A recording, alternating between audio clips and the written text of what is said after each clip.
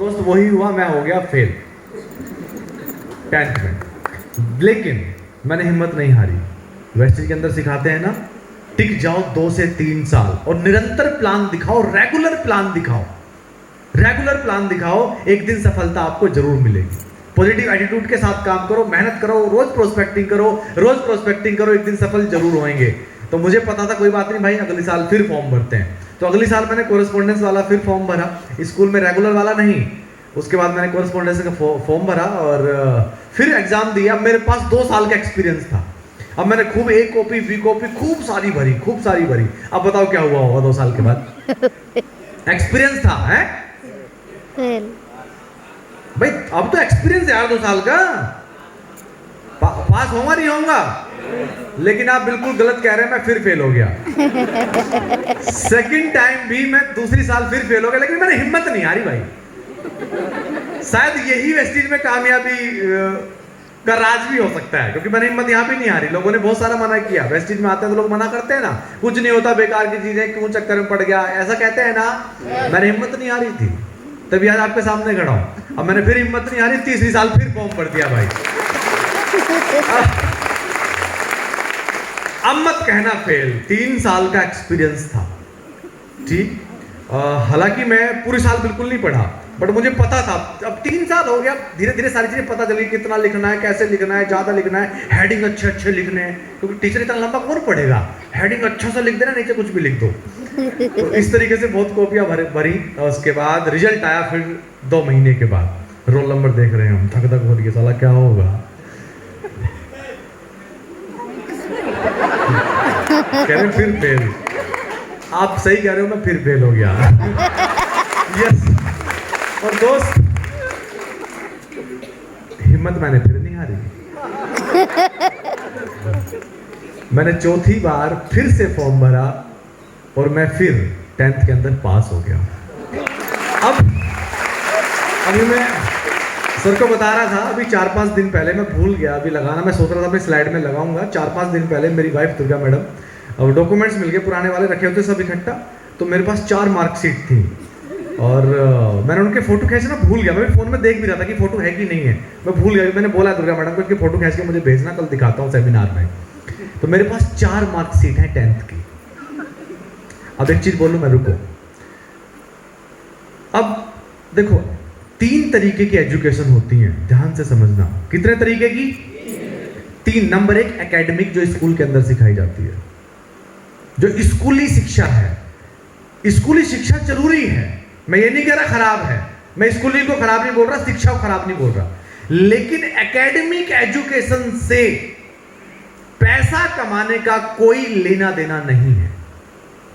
Academic education सिर्फ अच्छी नौकरी के लिए है।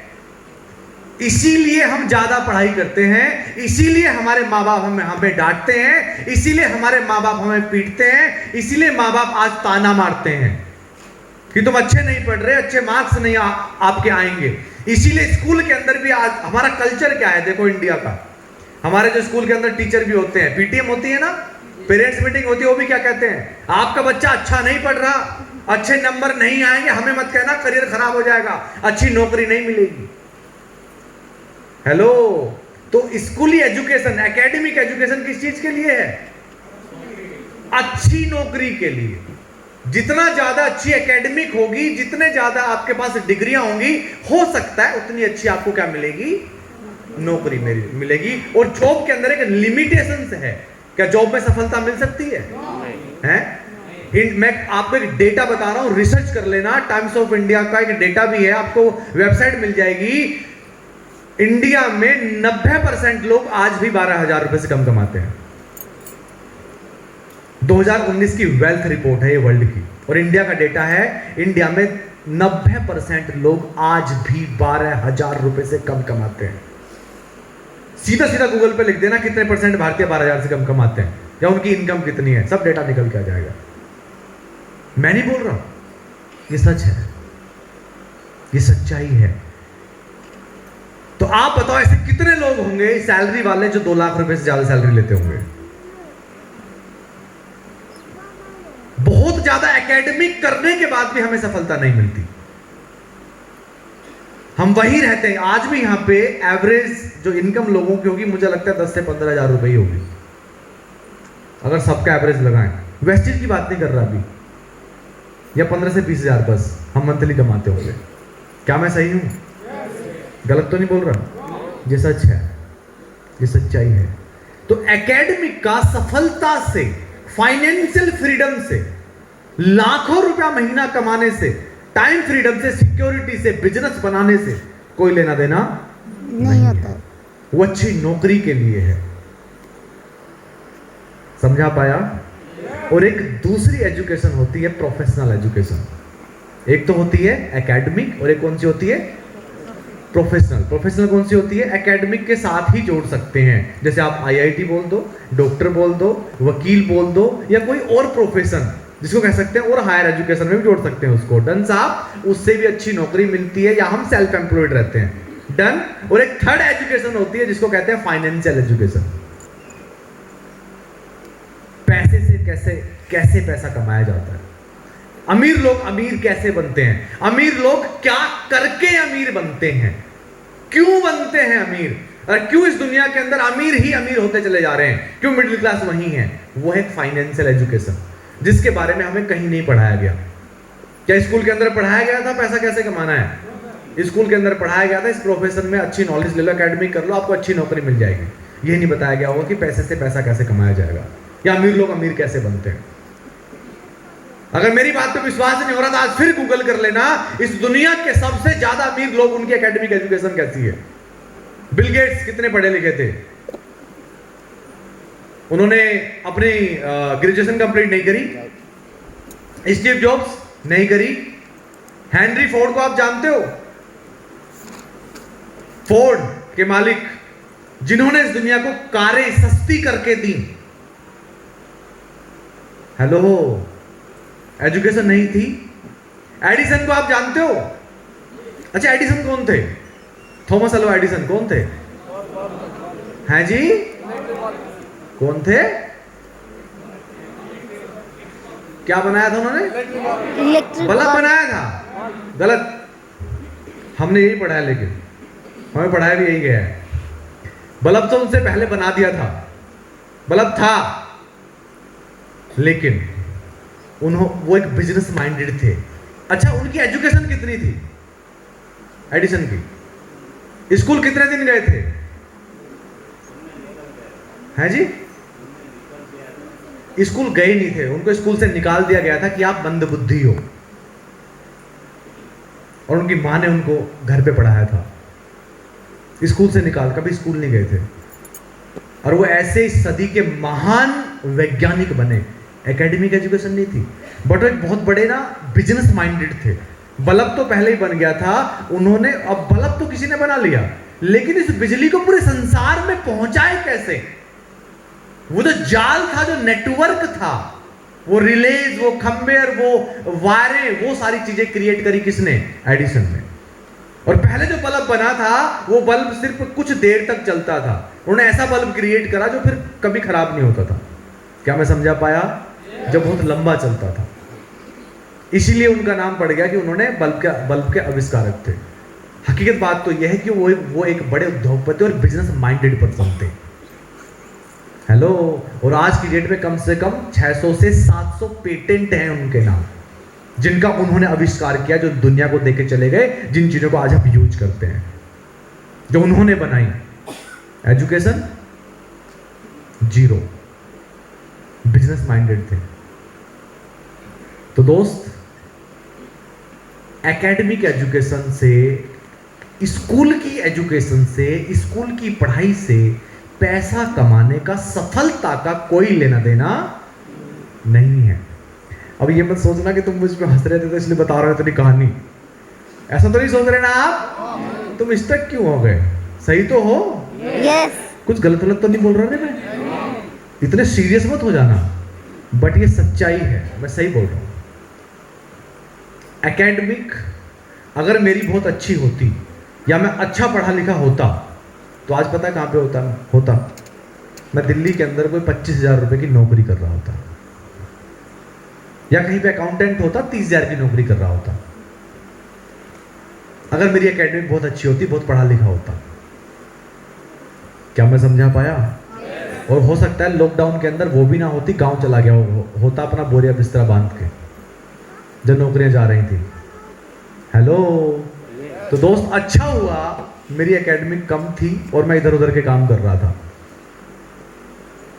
अच्छा हुआ मेरी एकेडमी कम थी, मैंने इस बिजनेस में आने के बाद अपना दिमाग नहीं लगाया, क्योंकि मुझे बहुत ज्यादा कैलकुलेशन नहीं आती थी। आज तो दिखने में शायद मैं पढ़ा लिखा सा लगता हूँ ना, है ना, लेकिन मुझे कैलकुलेशन ज्यादा नहीं आती। क्या फर्क पड़ता है? हेलो। लेकिन हाँ, मुझे प्राउड होता है, मुझे गर्व होता है इस वेस्टीज पे, वेस्टीज मैनेजमेंट पे। तालियां तो बजा लो एक बार वेस्टीज मैनेजमेंट के लिए।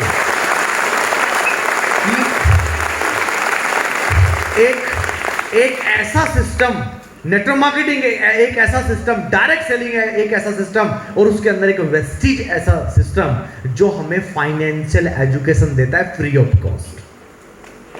फ्री ऑफ कॉस्ट बताता है कि पैसा कैसे कमाया जाता है नेटवर्क बना के, या पैसा, अमीर लोग पैसा कैसे कमाते हैं, क्या करके पैसा कमाते हैं, वो हमें यहां फ्री में सिखाया जाता है। तो थैंक यू बोलना चाहिए हमें वेस्टीज को। तो दोस्त अब मैं आगे लेके चलता हूं आपको थोड़ा सा।